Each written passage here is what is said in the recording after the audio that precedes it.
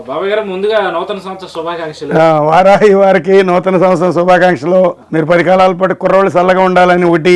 ప్రపంచ కార్మికులారా వర్ధిల్లాలి, ప్రపంచ శాంతి వర్ధిల్లాలి. జోహార్ కామ్రేడ్ పుచ్చలపల్లి సుందరయ్య గారికి. సో మరి కొత్త సంవత్సరం మొదలైంది, కానీ రోడ్ల మీద చూస్తే ఎక్కడ చెత్త అక్కడ పేరుకుపోయింది. ఎందుకంటే మున్సిపల్ కార్మికులందరూ రోడ్ల మీద ఉన్న పరిస్థితి. అంగన్వాడీలు రోడ్ల మీద ఉన్నారు, ఆశా వర్కర్లు రోడ్డు మీద ఉన్నారు. అవును, రేపు మాపు టీచర్లు కూడా రోడ్డు ఎక్కబోతారు. అవును. మరి కొత్త సంవత్సరంలో కూడా ఏంటంటారు రాష్ట్రానికి ఇలాంటి పరిస్థితి? అవునంటారా? దాని మీద చెప్పమంటారా? మీరు ఫస్ట్ పాదయాత్రలో తిరిగినప్పుడు జగన్మోహన్ రెడ్డి గారు అనే ఆయన మన ప్రియతమ ముఖ్యమంత్రి గారు నూతన సంవత్సర శుభాకాంక్షలు తెలియపరుస్తూ ఆయన మాట్లాడిన మాటలు చెప్తా వినండి. జగన్మోహన్ రెడ్డి గారు, మీరు అసలు పాదయాత్రలోనే ఏదో వచ్చే మొత్తమే నేను అయ్యి అని చెప్పి వాళ్ళకి హామీలు ఇచ్చేశారు. సరే, అది ఇవ్వకపోగా కనీస వేతనాలు కూడా వేయలేదు. మరి వాళ్ళు ఆకలేసిన వాళ్ళు, దొంగతనాలు కుదరనోళ్ళు, దోపిడీ కుదరనోళ్ళు ఏం చేస్తారండి? ఎక్కడ చూసినా ఈ అంగన్వాడీ టీచర్లు వాళ్ళ పాపం నిరాహార దీక్షలు ఇంటికాడ జరక్క వాళ్ళు ఉరితాళ్ళు పెట్టుకుని అనేక రకాలుగా నిరాహార దీక్ష చేస్తున్నారు. అన్ని టీవీల్లో వస్తున్నాయి, మనం చూస్తున్నాం. ఇంకా నిన్న మొన్న ఎవరు ఆడపిల్లలు ఇంకో రకంగా కూడా చెప్పుకుని బాధపడ్డారు. ఇక వాళ్ళ ఇంటి వ్యక్తిగత విషయాలు మనం అనకూడదు. మరి మీరు ఎందుకు హామీలు ఇచ్చారు? అది ఒకటి పొరపాటే కదా. రేపొద్దున చెత్త తీయపోతే మున్సిపాలిటీ నాశనం అయిపోతుంది కదా. పల్లెటూరులు అంటే అది గ్రామ పంచాయతీలకు వెళ్తుంది. ఆ గ్రామ పంచాయతీల ప్రెసిడెంట్ని బట్టి, గ్రామంలో ఉన్న సెక్రటరీలను బట్టి వాళ్ళు తీయొచ్చు, తీగిపోవచ్చు. మున్సిపల్ కార్పొరేషన్లో ఉద్యోగస్తులందరూ నిరాహార దీక్ష కూర్చున్నారు. తెల్లారి వాళ్ళు పెన్షన్ రావాలి మరి అందరికీ. నా సంగతి ఎందుకు బోర్డులింగం, జనానికి రావాలి. 3000 కాడికి అన్నారు, ఇంతవరకు ఏమి రాలేదు. మరి రేపు వచ్చిద్దో ఎల్లుండి వచ్చిద్దో తెలియదు. అది దాని సంగతి 2 రోజుల పైన మాట్లాడదాం. ప్రజెంట్ ఇప్పుడున్న పరిస్థితికి వాళ్ళకి జీతాలు, టీచర్లకి డిఏలు విఏలు అవి ఏమంటారో నాకు ఇంగ్లీష్లో మాట్లాడుతూ రాదు. వాళ్ళకి సమకూరిస్తే వాళ్ళు బతుకుతారని వాళ్ళ కొత్త సంవత్సరం శుభాకాంక్షల ముఖంగా మీ వారాహి ఛానల్గా అదో బిట్టు. ఇంకా నెక్స్ట్ దాని గురించి ఏదో టీవీల్లో ఏ గొడవలు ఇవి మాట్లాడుతున్నారు పొద్దున. మరి ఇవాళ మీ కాడికి వచ్చేదానికి ఏ గొడవలు అంటున్నారు కదా.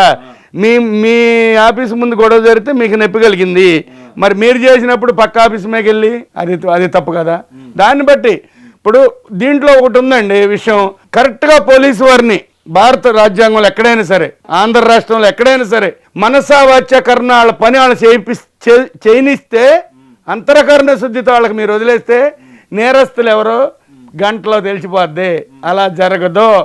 మీ గవర్నమెంట్లో మీరు చేస్తారు, వీళ్ళ గవర్నమెంట్లో వీళ్ళు చేస్తారు. ఇది జరుగుతున్నాయే కనుక ఎవరో గాలి మంద 4 రాళ్ళు ఎత్తే వీళ్ళు పగలగొట్టారని వాళ్ళు ఆ మంగళగిరిలో తెలుగుదేశం ఆఫీసు పగలగొట్టారు. మరి అప్పుడు వాళ్ళు ఎవరో చెప్పుకోవాలి. అలా జరుగుతున్నాయి. దానికి సంజాసి ఎక్కడ దొరకాలంటే, ఉదాహరణ చెబుతున్నా, దీన్ని బాగా గుర్తుపెట్టుకోండి సార్, హైలైట్ చేయండి బాగా. నందిగాం సురేష్ గారు అనే ఎంపీ మీకు తెలుసు, నాకు తెలుసు. ఆయన తెలుగుదేశంలో కొంతమంది ఏడిపించారు, పోలీసు వారు నన్ను నానా టార్చర్లు పెట్టారని వైఎస్ఆర్సీపీలో ఎంపీ అయిన ఎంపటే చెప్పుకొని బాధపడ్డాడు. నిజంగానే పోలీసు వారు ఏడిపించారో తెలుగుదేశం వాళ్ళు ఏడిపించారో పాపం జరిగింది అతనికి అన్యాయం. అయిపోయింది కదా, నువ్వు ఎంపీ అయ్యావు కదా.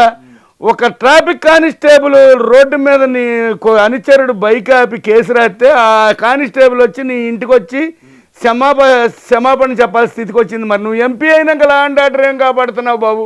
ఇది కరెక్టా పాయింట్, అవుట్ పాయింట్ నాకు అర్థం కాదు. నేను కరెక్ట్ అనుకుని మాట్లాడుతున్నా.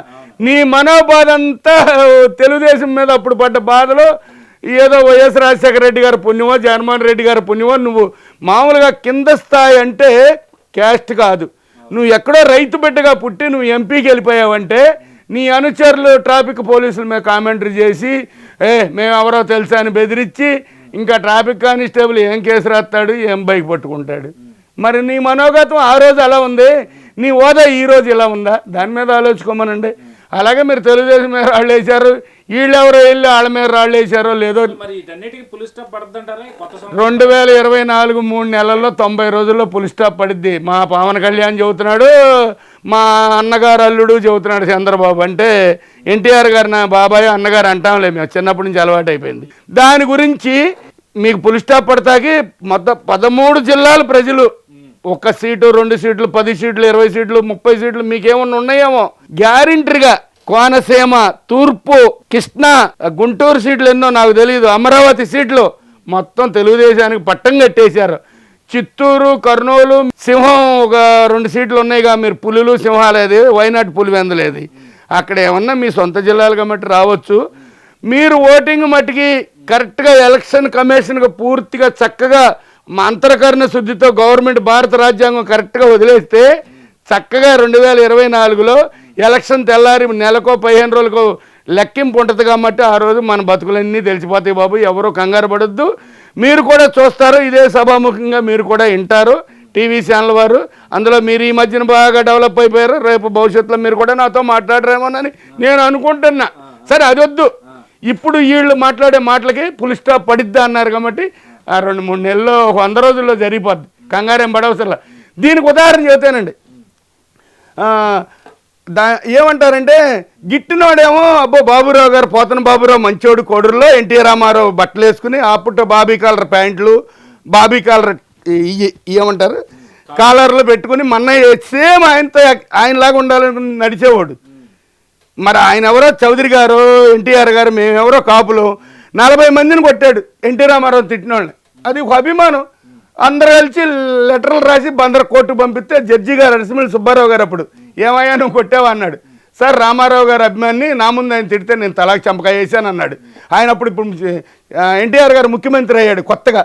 ఒక ముఖ్యమంత్రి నాడు తిట్టకూడదుగా, తప్పు కదా, కేసు కొట్టేశాడు, ఏమీ లేదు అక్కడ. అలాగే నా అభిమానం నాది. ఇప్పుడు నేను ఫస్ట్ టీవీలో మీరు నాకు ఎంత అవకాశం ఇచ్చినా నేనేమన్నాను, నా వృత్తి ధర్మం నా పార్టీ సిద్ధాంతాలు మానుకున్నానా? జోహార్ సుందరయ్య గారు అన్నాను, ప్రపంచ కార్మికులు వర్ధిల్లాలి, ప్రపంచ శాంతి కావాలని కొత్త సంవత్సరం మీ టీవీ ముఖంగా చెప్పా. ఇది ఎవరైనా సరే వైఎస్ఆర్ అభిమానులు ఉంటారు. ఇప్పుడు మోపిదేవి వెంకటరమణ గారు ఉన్నారు. నిన్న మా అవనిగడ్డ నుంచి ఎంత 10 నిమిషాలు రేవు దాటితే ఏమంటున్నాడు, మేము ఇంత కష్టపడుతున్నాం, మాకు కూడా కొంచెం ఇబ్బందిగా ఉంది, బాధగా ఉంది, ఏం మాట్లాడలేకపోతున్నాం, ఏం చెప్పలేకపోతున్నాం అన్నాడు. టీవీలో చూసా, అది వచ్చేసిందిగా. మరి మన కొలుసు పార్థసారథి గారు పాపం ఇక్కడ కేపీ రెడ్డి గారు అబ్బాయి, మరి వాళ్ళకి 3 ఆస్తులు ఉన్నాయి ఆ కూచిపూడి చుట్టుపక్కల, 100 ఎకరం రైతులంట. మరి ఆయన ఎంతో బాధపడి ఒకసారి అప్పుడు గెలిచాడు, ఒకసారి ఇప్పుడు గెలిచాడు. ఈయనలో నాకు అసంతృప్తిగానుంది, నేనేం చేయను అన్నాడు. మరి మీ నాయకులు ఆ రకంగా టీవీల్లో మాట్లాడుతుంటే కమ్యూనిస్టులు మరి కార్యకర్తలు లేకపోతే జనసేన కార్యకర్తలు జనసేన నాయకులు మాట్లాడితే తప్పే ఉంది? వాకు స్వతంత్రం ఉన్న నెలలో మాట్లాడితే చంపేస్తారా? చంపరుగా. అందుకని అందరూ మాట్లాడుతున్నారు. మరి నీ సీట్లు ఎన్ని? ఇప్పటికే 10 ఎన్నో జారిపోయినాయి, ఇంకో 10 జారిపోతే నీకు ఎక్కడుంది ఇంకా ప్రజాబలం, ప్రజా ఆదరణ? అప్పుడంటే మీ నాన్నగారు మొహం చూసో నీ పాదయాత్ర చూసో నువ్వు ఇంతకంటే బాగా ఏదో చేసేస్తావనే ఉద్దేశంతో గెలిపించారు. ఇవాళ పెన్షన్ లేదు జనానికి. అటు చూస్తే కార్మికులకి, కర్షకులకి, పేదలకి, వాళ్ళు అంగన్వాడీ వాళ్ళకి, టీచర్లకి జీతాలు లేవు. కొత్త సంవత్సరం ఉసూరుమని ఏడుతున్నారు. వాళ్ళ ఇళ్లలో ఎంత బాధపడుతున్నారు, ఎంత తిట్టుకుంటున్నారు. మిమ్మల్ని తిట్టుకుంటే వాళ్ళ కర్మ, ఇంటే నీ కర్మ, పెట్టపోతే నీ కర్మ. ఇప్పుడు నీకెంత వేల లక్షల కోట్ల ఆస్తులు ఉన్నాయి, ఖర్చు పెట్టు. గవర్నమెంట్ కేంద్రం నుంచి ఫండ్ వచ్చేలోపు నువ్వు ఖర్చు పెట్టింది పెట్టే, పేదలకు జీతాలు ఇచ్చేయి, అందరికీ సమానంగా చూసేయి. తర్వాత అక్కడి నుంచి వచ్చిన ఫండ్ నాది, మీకు ఖర్చు పెట్టానని చెప్పి తీసుకో. అట్లా అయినా ఇష్టపడతారు. ముందు సర్వస్వం పేదలకు ఇచ్చిన సుందరయ్య గారు ముఖ్యమంత్రి ఇస్తానన్నా వద్దన్నాడే. మీరు ఆ స్థాయి నాయకులు కాదు కదండి. అది ఎన్టీఆర్ గారు కూడా ఒకప్పుడు ఆలోచించే సుందరయ్య గారిని కలుపుకున్నాడు కదా. మీకు ఆ మనస్తత్వాలు లేవు కదా. దీని మీద నేను మాట్లాడాను. ఇంకా నెక్స్ట్ సో మరి ఇవన్నీ పక్కన పెడదాం.